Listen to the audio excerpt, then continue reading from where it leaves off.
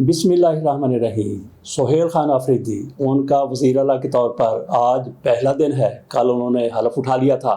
फैसल करीम कुंडी जो गवर्नर हैं खैबर पख्तूनख्वा के, उनकी तरफ से इनके इंतखाब को, इनके हलफ को मुतनाज़ा बनाने की कोशिश की गई। पेशावर से भागे, कराची में जाके बैठ गए। कहा गया कि वो अवेलेबल नहीं है, दस्तयाब नहीं है, पेशावर में नहीं है। बहरहाल उनकी तरफ से बहाने किए गए, लेकिन फिर ऑर्डर आ गया हाई कोर्ट का, तो उनको हलफ लेना पड़ा। और फिर जिस तरह से हाई कोर्ट की तरफ से एक टाइम दिया गया था 4 बजे, और पूरे 4 बजे उनसे हलफ लिया गया गवर्नर हाउस पेशावर में।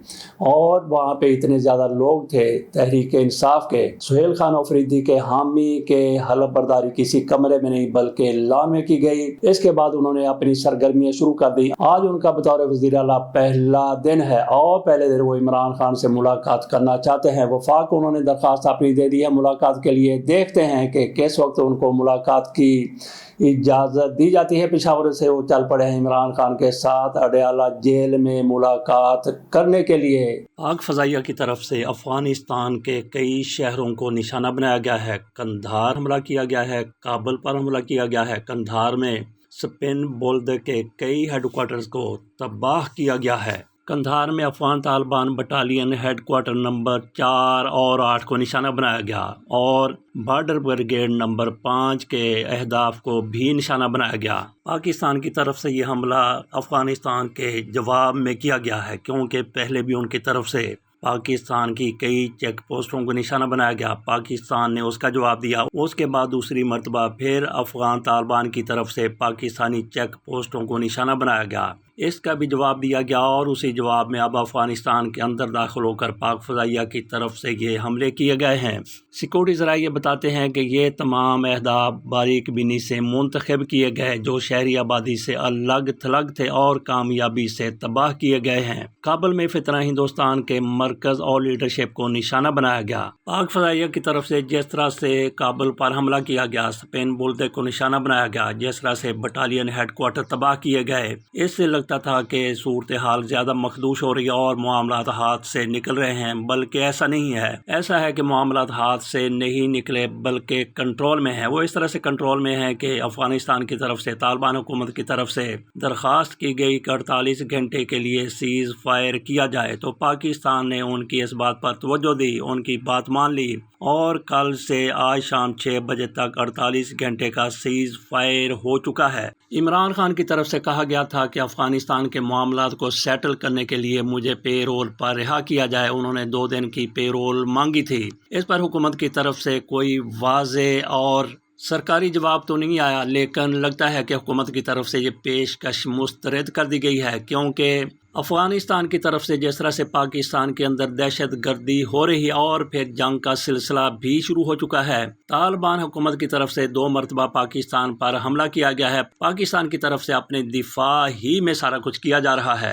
DGISPR लेफ्टिनेंट जनरल अहमद शरीफ चौधरी साहब की तरफ से अपनी प्रेस कॉन्फ्रेंस में वाज़े तौर पर कह दिया गया था कि इन लोगों के साथ किसी किस्म की बात नहीं हो सकती, बल्कि उन्होंने इमरान खान का नाम लिए बगैर भी इनको निशाना बनाया था। इन पर तनकीद की थी कि इनकी वजह से पाकिस्तान में आज दहशत गर्दी हो रही है और इन लोगों के साथ मुज़ाकरात के ऑप्शन को उनकी तरफ से मुस्तरद किया गया था और हुकूमत भी यही कहती और चाहती है। इसलिए इमरान खान की रिहाई का, पेरोल पर रिहाई का और अफगानिस्तान के साथ मुलाकात का सरे दस्त कोई इम्कान नजर नहीं आता। यूँ यह कहा जा सकता है कि इमरान खान की पेरोल पर रिहाई और अमन की पेशकश को हुकूमत की तरफ से सरे दस्त अभी तक तो मुस्तरद कर दिया गया है, लेकिन जहाँ तक बातचीत का तल्लुक है, मुज़ाकरात का तल्लुक है, यकीनी तौर पर अभी तो मुज़ाकरात की तरफ मामलात नहीं जा रहे, लेकिन बिल आखिर मुज़ाकरात ही की मेज़ पर आना होता है। फ्री कैन जितनी भी बड़ी जंग हो जाए तो देखते हैं कि कब पाकिस्तान और अफगानिस्तान एक मेज़ पर बैठ के बात करते हैं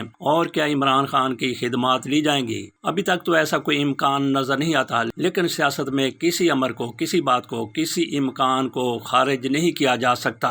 TLP और साद रिजवी के हवाले से जो कुछ पाकिस्तान में हो ہو رہا ہے اس پر مکمل سناٹا ہے۔ پتہ نہیں چل رہا کہ سعد رضوی کہاں پہ ہیں، وہ گرفتار ہیں، وہ حکومت کی حراست میں ہیں یا ابھی تک مفرور ہیں، وہ زخمی ہے۔ کچھ لوگوں کی طرف سے یہ بھی کہا گیا کہ ان کو شاید شہید کر دیا گیا ہے، کچھ لوگوں کی طرف سے یہ بھی کہا گیا کہ ان کے بھائی کی شہادت ہو چکی ہے، لیکن کچھ حلقے یہ بھی کہتے ہیں کہ ان کے بھائی انس زخمی ہیں جبکہ سعد رضوی گرفتار ہو چکے ہیں۔ لیکن پولیس کی طرف سے کسی بھی ایجنسی کی طرف سے اس کی ذمہ داری نہیں لی جا رہی۔ پولیس کی طرف سے کہا جا رہا ہے کہ ہم نے ان کی لوکیشن ٹریس کر لی ہے۔ میں نے بھی اپنے طور پر پوری کوشش کیا کہ پتہ چل سکے کہ سعد رضوی صاحب کہاں پہ ہیں، کس کنڈیشن میں ہیں، کس حالت میں ہیں، لیکن ان کے حوالے سے کوئی بھی ابھی تک ایسی خبر نہیں مل سکی جس سے مصدقہ کہا جا سکے۔ لیکن ایک ویلاگ سامنے آیا ہے، ایک نوجوان ویلاگ کر ان کی طرف سے کہا گیا، لگتا ہے کہ وہ تحریک لبیک کا کارکن ہے۔ انہوں نے کہا کہ ہم نے خود انس رضوی کو موٹر سائیکل پر بٹھا کے روانہ کیا تھا، تو وہ زخمی نہیں ہے، وہ بالکل ٹھیک ہیں۔ اسی نوجوان کی طرف سے یہ بتایا گیا کہ سعد رضوی کے حوالے سے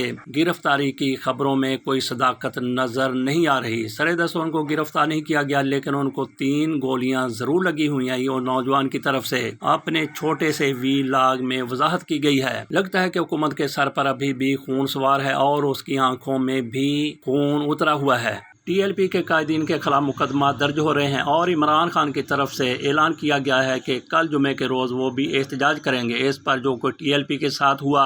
عمران خان کہتے ہیں کہ ہمارے تک یہ اطلاعات پہنچی ہیں کہ 400 سے 600 لوگوں کو شہید کیا گیا ہے، جبکہ حکومت کی طرف سے کسی ایک شہادت کی بھی ابھی تک تصدیق نہیں ہو سکی۔ لیکن ایک تھانے دار صاحب وہ ضرور شہید ہوئے اور ایک اہلکار بھی شہید ہوئے۔ اس کے ساتھ ساتھ 60 کے بارے میں کہا جا رہا ہے کہ اہلکار زخمی ہیں۔ کچھ حلقوں کی طرف سے کہا جا رہا ہے کہ مریم نواز شریف کی طرف سے اپنے آپ کو بالکل روپوش کر لیا گیا ہے، کیونکہ ان کو خدشہ ہے کہ کہیں ٹی ایل پی والے ان پر بھی حملہ نہ کر دیں، اس لیے انہوں نے اپنی سرگرمیاں بالکل ہی محدود کر دی ہیں۔ وہ وزیر اعلیٰ ہاؤس میں بھی نہیں جا رہی، وہ جاتی عمرہ میں اپنے آفس میں ہی کام کرتی ہیں، اپنے گھر میں، شاید وہاں پہ انہوں نے وزیر اعلیٰ آفس ایک کیمپ بنایا ہوا ہے۔ باقی وزیر داخلہ طلال چودھری جو نائب وزیر داخلہ ہیں، ان کی طرف سے اب بھی سخت بیانات دینے کا سلسلہ جاری ہے۔ ایک مرتبہ پھر پاکستان افغانستان جنگ پر بات کرتے ہوئے آگے بڑھتے ہیں کہ اس جنگ کی بالکل بھی حمایت نہیں کی جا سکتی، کیونکہ ادھر بھی مسلمان ادھر بھی مسلمان،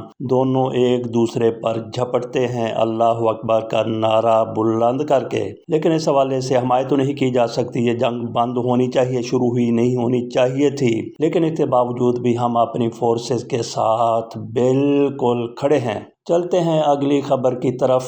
یہ جلیل شرک پوری ہیں، ان کی طرف سے جو کوئی شہباز شریف کو کہا گیا، جس طرح سے انہوں نے ان پر چڑھائی کی، تحریک لبیک کے خلاف جس طرح آپریشن ہوا ہے، ان کے جذبات ایک عام آدمی کے جذبات ہیں، تحریک لبیک والوں کے بھی یہی جذبات ہیں۔ انہوں نے شہباز شریف کو، مریم نواز شریف صاحبہ کو جو کچھ کہا آپ کے سامنے رکھ دیتے ہیں۔ انہوں نے شہباز شریف کے والد کی تعریف کی، لیکن ان کے دادا کے بارے میں بھی انہوں نے ایسے ہی الفاظ استعمال کیے۔ ان کے ذرا جذبات دیکھیے کہ وہ ان لوگوں کو کیا کہہ رہے ہیں۔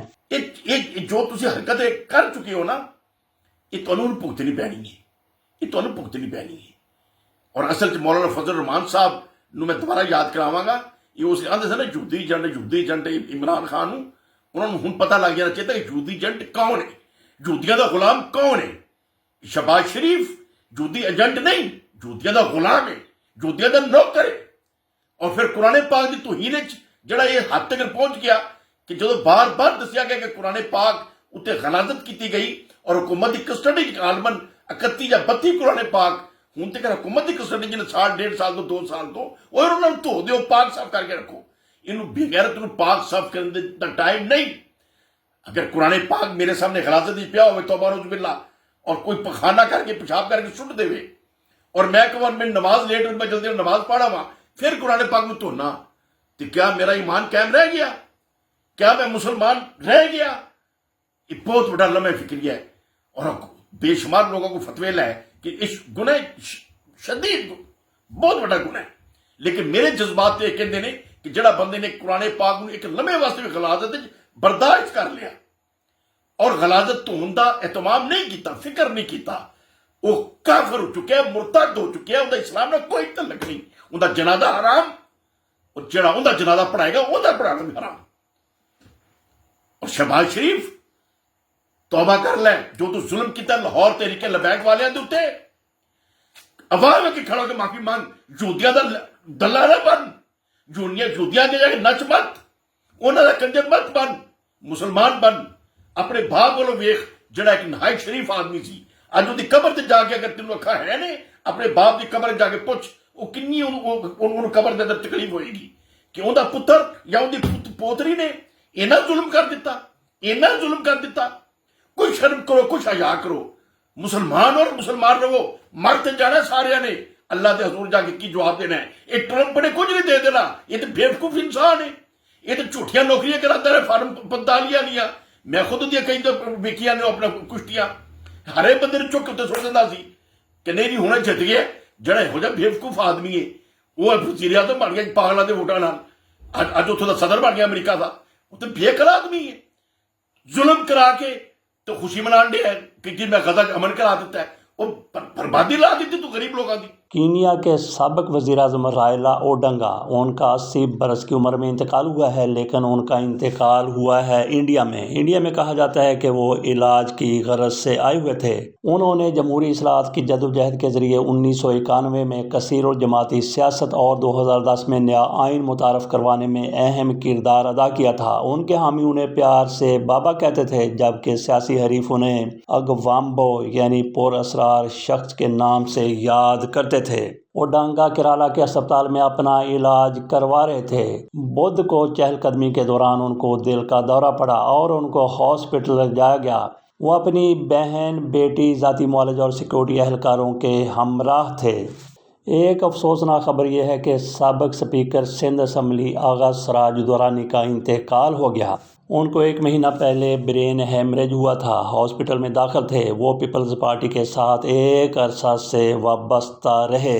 तोशाखाना 2 केस में इमरान खान के खिलाफ जो केस है उसकी आज आखिरी रोज़ समाअत होने जा रही है और 1, 2, 3 रोज़ में उसका फैसला आ सकता है। और क्या फैसला आना है? अलीमा खानम की तरफ से कहा गया कि फैसले में इमरान खान बिल्कुल बेगुनाह करार दिए जाएंगे, लेकिन जो फैसला पढ़ के सुनाया जाएगा उसमें इमरान खान को सज़ा दी जाएगी, क्योंकि पहले से फैसला लिख के रख लिया गया है जो जज ने उस रोज़ पढ़ के सुनाना है। उधर आज फिर आईनी बेंच केस की समाअत करेगा। 26वीं आईनी तरमीम के खिलाफ ये बेंच केस की समाअत कर रहा है। 7 रुकनी बेंच है।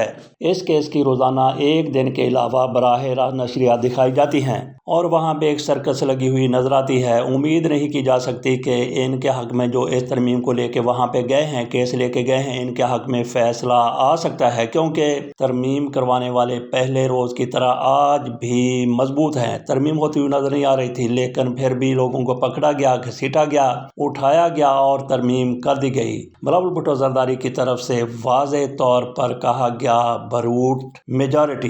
तो बरूट मेजॉरिटी के जरिए की गई तरमीम का कुछ भी बिगड़ता हुआ नजर नहीं आ रहा। सरदस्त तो मामला ये चल रहा है कि इस केस के हवाले से फुल कोड बनाया जाए या ना बनाया जाए, फुल कोड बन जाए या ना बने, लेकिन उससे कुछ भी ऐसा बरामद नहीं होगा कि इस तरमीम को ख़त्म कर दिया जाए। इस केस की समाअत के दौरान जजों की तरफ से कहा गया कि बेनिफिशरी हैं इस तरमीम के या आफरीदी साहब, और ये कहा गया कि इसके विक्टिम हैं जनाब मंसूर अली शाह साहब। तहरीक लबैक के हवाले से 4000 मजीद कारकुनों की गिरफ्तारी के हवाले से लिस्टें बना ली गई हैं और ये IG साहब की तरफ से कहा गया है। जैसा कि हमने पहले कहा कि हुकूमत के सर पर खून सवार है और इनकी आंखों में भी खून उतरा हुआ है। मोहतरमा उज़्मा बुखारी साहबा की तरफ से कहा गया है कि हुकूमत ने मुरीद के ऑपरेशन से मुतल्लिक़ मालूमात नहीं छुपाई। ये इनकी तरफ से ऐसा सच बोला गया है कि किसी को नहीं पता कि कितने लोग तहरीक लबैक के जाम बहक हुए हैं, कितने पुलिस वालों के बारे में तो बहरहाल इनकी तरफ से बताया गया है, लेकिन तहरीक लबैक के हवाले से कुछ नहीं बताया गया कि उनके कितने लोग गिरफ्तार हो चुके हैं, कितने लोग मारे गए हैं, कितने जख्मी हैं, साद रिजवी कहाँ। लेकिन ये मोहतरमा कह रही हैं कि हुकूमत ने मुरीद के ऑपरेशन के हवाले से